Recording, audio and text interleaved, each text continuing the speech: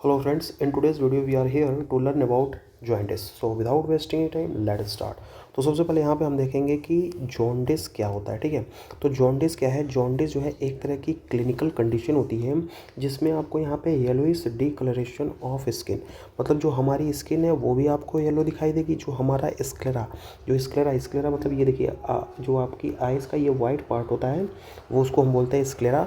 ठीक है, तो ये भी आपको क्या दिखेगा, यहाँ पे येलोइश दिखेगा। उसके साथ साथ जो हमारी म्यूकस मेम्ब्रेन होती हैं वो भी आपको कैसी दिखाई देंगे, यहाँ पे येलोइश। ठीक है, और ये किसके वजह से होता है, इसमें जो हमारा यहाँ पे बिलीरुबिन होता है उसका जो लेवल है वो इंक्रीज़ हो जाता है, या फिर आप उसको एलिवेट कर बोल सकते हैं। कहाँ पे, ब्लड में, मतलब हमारे ब्लड में आपको यहाँ पे बिलीरुबिन का जो लेवल है एलिवेटेड या फिर इंक्रीज़ होने की वजह से जो है यहाँ पे येलोइश डिस्कलरेशन देखने को मिलती है। कहाँ पे, स्किन में, स्क्लेरा में और हमारी म्यूकस मेम्ब्रेन में।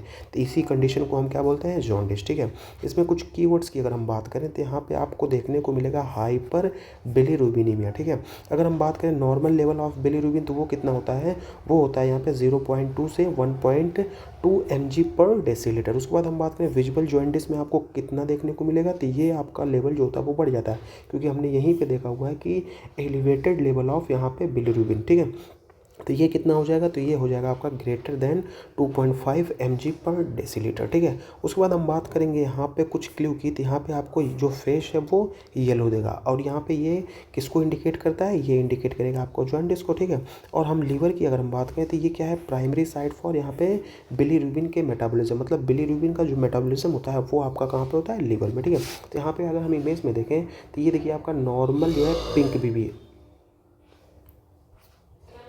देन आफ्टर हम बात करेंगे, देखिए यहाँ पे न्यू बॉर्न विथ जॉन्डिस, इसमें देखिए जो इसकी स्किन है वो भी क्या है, आपकी येलो है, और यहाँ पे स्किन के साथ साथ जो आपकी आइज़ है वो भी क्या है, आपकी येलो है। ठीक है, यहीं पे एक कंपैरिजन देख लेते हैं, यहाँ पे जॉन्डिस और यहाँ पे कार्निक।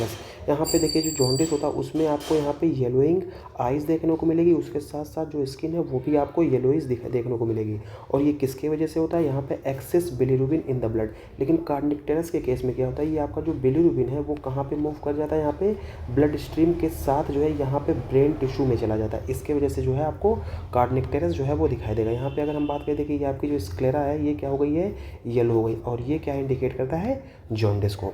अगर हम टाइप ऑफ जॉन्डिस की अगर हम बात करें तो ये तीन तरीके की होती है। एक हो जाएगा आपका यहाँ पे प्री हेपेटिक, जिसको हम बोलते हैं हीमियोलिटिक। देन इसकी हम कुछ यहाँ पे कॉजेज़ की बात करें तो इसका कॉज क्या हो जाएगा, यहाँ पे एक्सेसिव ब्रेकडाउन होगा किसका, आरबीसी का। मतलब जब कभी भी आरबीसी का जो है यहाँ पे एक्सेसिव ब्रेकडाउन होता है उसको हम क्या बोलते हैं, यहाँ पे हीमियोलिसिस, डेट इज़ यहाँ पे ब्रेकडाउन ऑफ आरबीसी। और इसकी वजह से आपको जो आपका अनकॉन्जुगेटेड बिलीरुबिन है वो क्या हो जाएगा, आपका इंक्रीज या फिर एलिवेट हो जाएगा। अगर इसके हम एग्जांपल की बात करें तो हीमोलिटिक एनीमिया के केस में क्या होता है, यहाँ पे एक्सेसिव आरबीसी का ब्रेकडाउन होता है मलेरिया के केस में, और यहाँ पे थैलासीमिया। ये तीन ऐसी कंडीशन होती है जिस कंडीशन में आपका आरबीसी का ब्रेकडाउन होता है एक्सेस में, उसके वजह से आपको यहाँ पे अनकॉन्जुगेटेड बिलीरुबिन देखने को मिलेगा।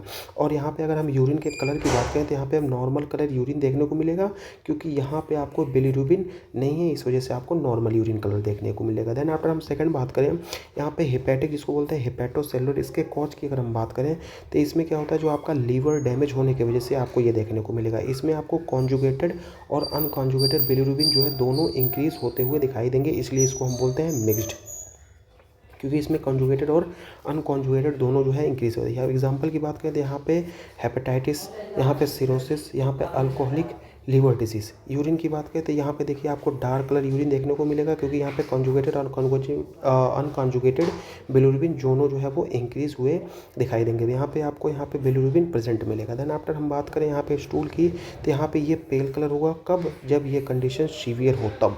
ठीक है, पोस्ट हिपैटिक की बात करें तो ये या तो जो है किसी तरीके के ऑब्स्ट्रक्शन की वजह से, या फिर जो है यहाँ पे कोलियोस्टेसिस की वजह से। यहाँ पे कोई ऑब्स्ट्रक्शन का कब हो सकता है, कोई स्टोन हो या फिर कोई इन्फेक्शन हो गया हो। ठीक है, यहाँ पे कोई इन्फ्लेमेशन हो गया उसके वजह से। यहाँ पे कॉज की बात करें तो यहाँ पे जो ऑब्स्ट्रक्शन हो जाएगा यहाँ पे बाइल फ्लो का, उसके वजह से जो है देखने को मिलेगा आपको यहाँ पे कॉन्जुगेटेड जो बिलीरुबिन है उसका लेवल यहाँ पे आपको इंक्रीज होता हुआ दिखाई देगा। ठीक है, एग्जाम्पल की अगर हम बात करें तो यहाँ पे एग्जाम्पल में देखिए या तो कोई गॉल स्टोन हो, या फिर पैनक्रियाटिक कैंसर, या फिर कोई स्ट्रेचर्स है, उसके वजह से जो आपको यहाँ पे देखने को मिलेगा, यहाँ पे पोस्ट हेपेटिक डेट इज़ यहाँ पे ऑब्स्ट्रक्टिव जॉइंटिस। देन आफ्टर हम बात करें इस कंडीशन में भी आपको डार्क यूरिन दिखेगा क्योंकि यहाँ पे बिलिरुबिन का कंसंट्रेशन बढ़ रहा है।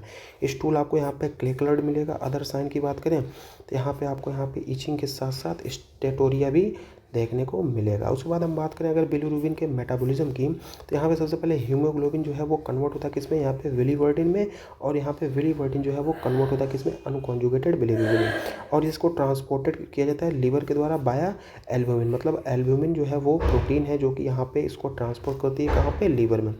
यहाँ पे लीवर कॉन्जुगेट की बात करें इट विथ यहाँ पे ग्लूकोरोनिक एसिड के द्वारा। यहाँ पे देखिए यहाँ पे एक्सक्रीटेड इन बाइल, और ये कहाँ एक्सक्रीट होता है, बाइल में। उसके बाद ये इंटेस्टाइन में जाता है, यूरोबिलिनोजन में कन्वर्ट होता है। यहाँ पे यूरोबिलिन जो है ये कहाँ पे आपका यूरिन में, और यहाँ पे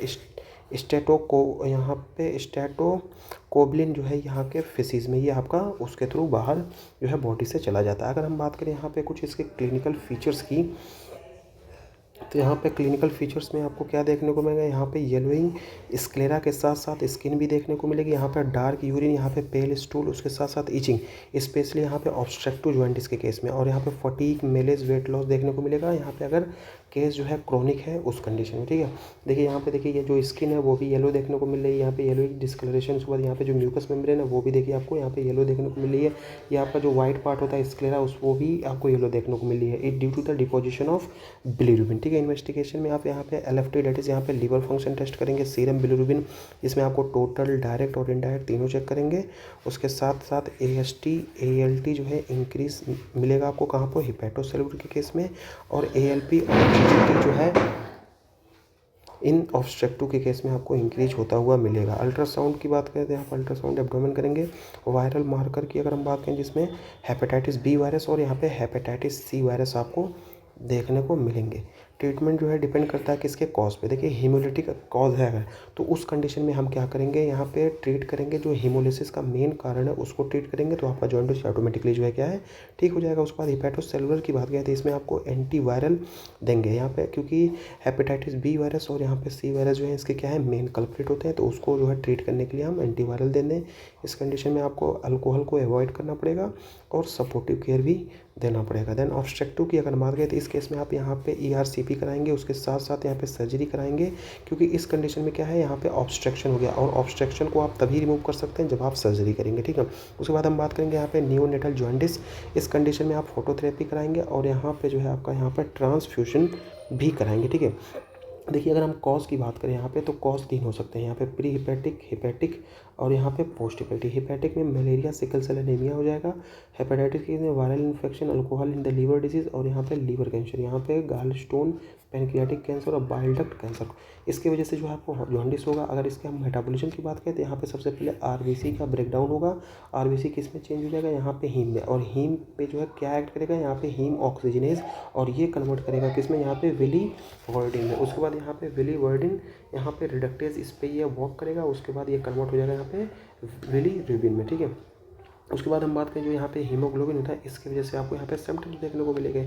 सिम्टम्स में आपको यहाँ पे बिलिरुबिन का लेवल जो है इंक्रीज देखने को मिलेगा, एक्सीड यहाँ पे 3 mg/dL, और इसकी वजह से आपको यहाँ पे येलोइश पिगमेंटेशन देखने को मिलेगा स्किन में, म्यूकोसा में, और यहाँ पे आपके स्क्लेरा में। देखिए अगर हम निमोनिक की बात करें तो कि कैसे हम याद कर सकते हैं, आपका यहाँ पे प्री हिपैटिक कॉज है, हिपैटिक कॉज है, या फिर पोस्ट हिपैटिक। देखिए यहाँ पे ही ओबी, डेट इज़ यहाँ पे हीमोलिटिक केस में आपका अनकंजुगेटेड बढ़ जाएगा, और हिपैटोसेलुलर के केस में मिक्स्ड, मतलब कंजुगेटेड अनकंजुगेटेड दोनों, और यहाँ पे ऑब्स्ट्रक्टिव के केस में सिर्फ आपका कॉन्जुगेटेड ही बढ़ेगा। तो ये था आपका यहाँ पे एक शॉर्ट रिविजन किसका, आपका जॉन्डिस का। होप आपको ये वीडियो अच्छी लगी हो। Thank you for watching, keep supporting and have a nice day.